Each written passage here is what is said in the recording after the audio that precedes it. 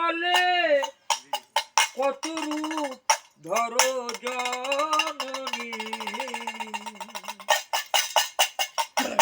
তারা ধন্য মা তোর লীলা খেলা নিরোধ বরণী।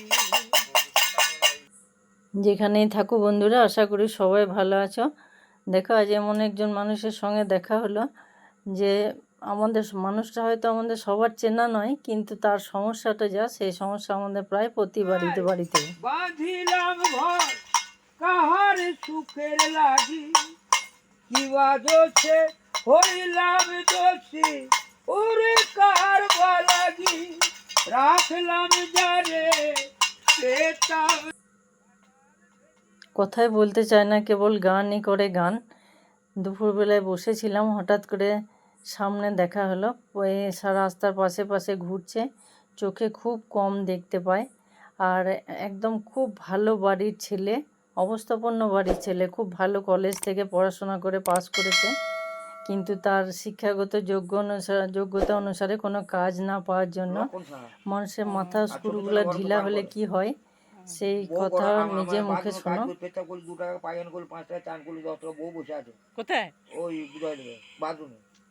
আর বউ হচ্ছে কোঠার মধ্যে দোকানে মালিক। তাহলে তুমি ঘুরছো কেন? ভালো লাগে? আমি তো ঘুরবোই, আমি তো এখন ঘুরছি মানে কি সারা জীবনই ঘুরবো, আমি তো এখন 100 বছর পর্যন্ত বাঁচবো। আচ্ছা। হ্যাঁ, মানে কলেজে প্রিন্সিপাল আমাকে শেখাইতে পারে নাই যে কি করে কি করতে হয়, সেটা আমার নিজের বাবা শিখিয়েছে, কি করে হাত ধোয় আর কি করে মুছতে হয়, সেটা কলেজের প্রিন্সিপাল জানে না। কলেজের যে প্রিন্সিপাল হেডমাস্টার হেড, সেও জানে না যে কি করে হাত ধোয় আর কি করে মুছতে হয়, সেটা আমি জানি। আচ্ছা, কারণ আমার বাবা ওটা শিখিয়েছে আমাকে। বাবার সাথে ছিল। কে আছে? একটা লাচ্ছি আছে।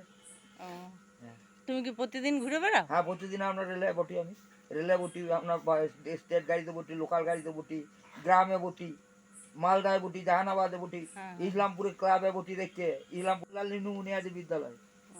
তারপর বলছি বোলপুর নিচে বটি, নিরুদ্গঞ্জ হাই স্কুল 76, তারপর 79 সালে হেতমপুর কলেজে বিয়ে গেছে। মেলাতে 20 বস্তার রুল ময়দা বেজলাম, 50 বস্তার চিনি বেজলাম, 50 চিনি ফাইন বেজলাম।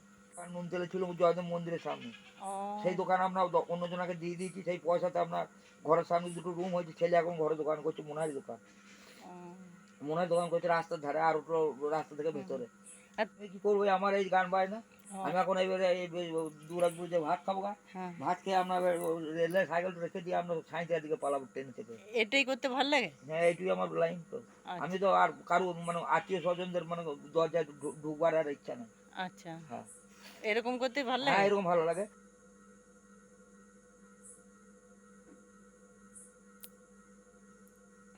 বাথরুমে বউ বসে আছে, এই দুপুরবেলায় ওর কথাগুলো শুনে খুবই কষ্ট লাগলো। একটু জল খেলো আর আমার সামর্থ্য অনুযায়ী কিছু দিলাম। দেখো এর সংসার বলতে এই ছোট্ট সাইকেল আর ব্যাগগুলো নিয়ে, দেখে ওর সঙ্গে কথা বলে মনটা খুব খারাপ লাগলো। তোমরা তো দেখলে বন্ধুরা, দেখো এর সাইকেল কিছু দূর ঠেলে ঠেলে যায়। আজ এই পর্যন্ত, কেমন লাগলো অবশ্যই জানিও।